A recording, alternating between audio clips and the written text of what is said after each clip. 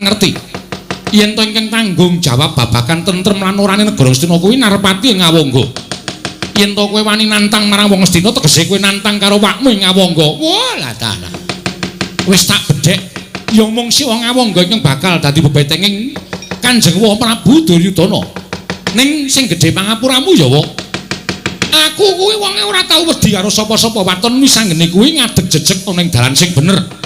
Aja kok jamak lumrahing menungsa. Nadyan dewa mudhun wae wisanggene ora bakal sulap. Yen perlu Siwa Duryudana kon nyraya dewa kon tekan ana ngarep aku, mesti bakal tak bedah negara Astina.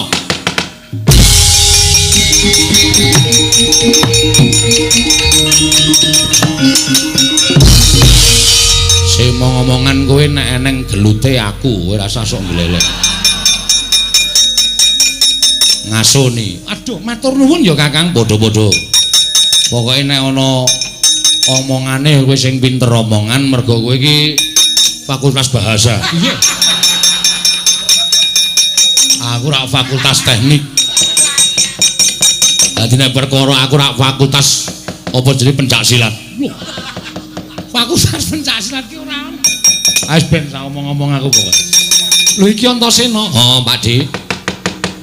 Aku janjane ora ngerti karepe Wisanggeni. Ning nalika semana Wisanggeni prapta nang kasadyan ngrandu Gumbala ngandhake wigatine kalawan Antasena. Lan aku jumurung sedyane Wisanggeni, dasare Wisanggeni nganggo dasar sing bener. Kepengin njaluk negarane wong tuane ya kuwi negarane wong tuaku Pandhawa. Ora ketang sejelo Wisanggeni pengen ngrasake kamultening para Pandhawa. Mula nek Pakde ora nrimakake, Pakde mbelani karo Siwa Duryudana nuwun sewu. Sampeyan aja mungsuh adiku lanang, ning mungsuh iki bantongane. Lho.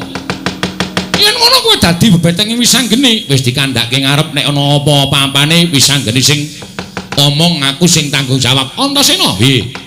Yen ngarep nyoba karo awakmu ing Ngawangga. Ayo, dudu nang kene papane wong neter kadigdayan. Nang ngene alon-alon tak todine kaya apa anake Werkudara metu njaba rasaku ki anomong, Pak.